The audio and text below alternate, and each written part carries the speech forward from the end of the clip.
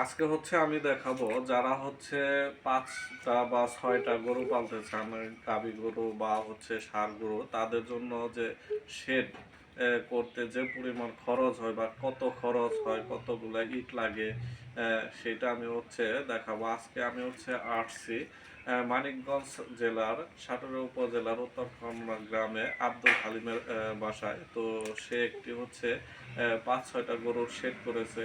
তো তার কাছ থেকে আমরা মূল কথা শুনবো। তো আমার সাথে আপনারা পুরো ভিডিওটি দেখতে থাকেন, আমি ঘুরে ঘুরে আপনাদের শেডটা দেখাবো।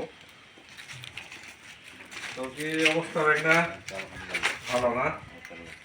তো আজকে হলো আসলাম হচ্ছে তোমার যে ৫-৬টা গরুর জন্য যে শেড করছো সেটা আর কি দেখার জন্য। তো দেখতে তো অনেক সুন্দর হয়েছে। তো এই পাশে আবার জ্বালানো আছে যাতে গরুর জন্য আলো বাতাস আসে, তাই না?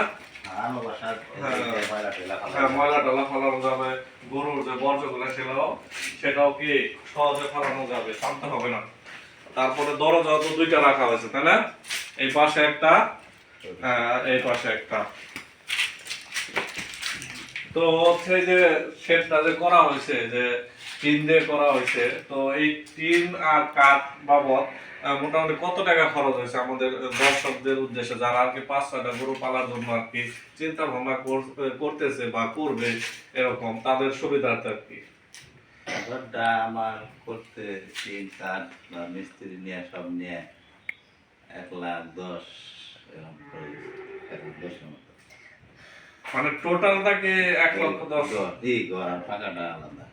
মানে এই শুধু এই ঘরটা করতে ১,১০,০০০ গেছে, কাঠ কুট নিয়ে মিস্ত্রি মানে কাঠ, মিস্ত্রি, খুঁটি সবকিছু নিয়ে না? এটা হচ্ছে সিমেন্ট করা বাদে। এটা বাদে। হ্যাঁ।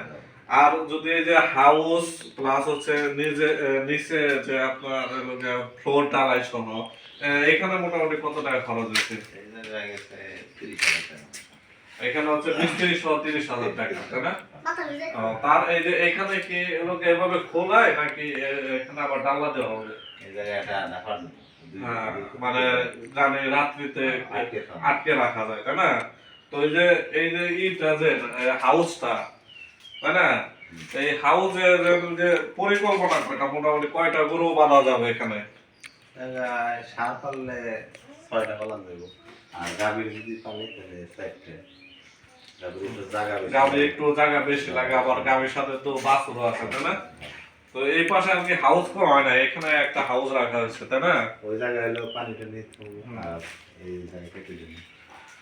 প্রিয় দর্শক মন্ডলী, এখানে হাউস করা হয় না। হাউস না করার একটা কারণ আছে আমার যেটা মনে হয়, কারণ হাউস করলে কি এই এটা পরিষ্কার করতে আর কি অসুবিধা হয়, আর এই হাউস না করলে আর কি পরিষ্কার করাটা খুব সহজ হয়। তো এই এই তো চিন্তা ভাবনা নাকি?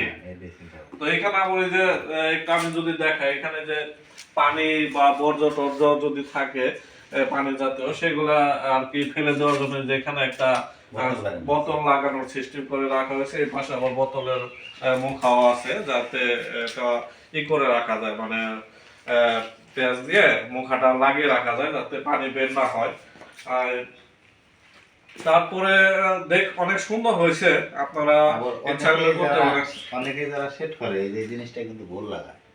এই জিনিসটা ভুল লাগানো এই পেলে যদি ঘুরিয়ে দেয় তাহলে গরুর পাও যেতে সম্ভাবনা থাকে।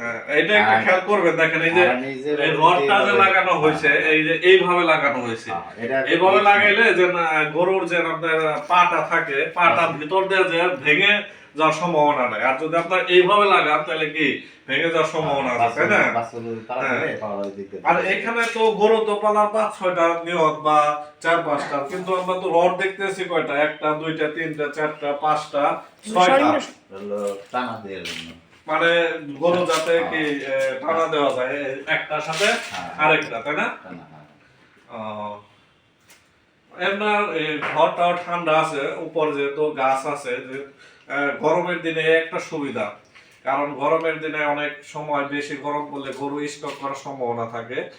শেডের উপরে যদি কোনো গাছ থাকে সেক্ষেত্রে এই গাছ রৌদ্র থেকে আর কি গরম থেকে গরু বাছুর এদেরকে রক্ষা করে। এজন্য শেডের উপরে গাছ রাখাটা বেটার। আর যদি না থাকে সেক্ষেত্রে রোপণ করে রাখবেন যাতে শেডটা ঠান্ডা থাকে, আস্তে আস্তে বড় হবে গাছ। তো দর্শক মন্ডলী, এরপরও যদি কোনো কোশ্চেন থাকে অবশ্যই আপনারা কমেন্ট বক্সে জানাবেন। তো আজকের মতো এই পর্যন্ত। আল্লাহ হাফেজ।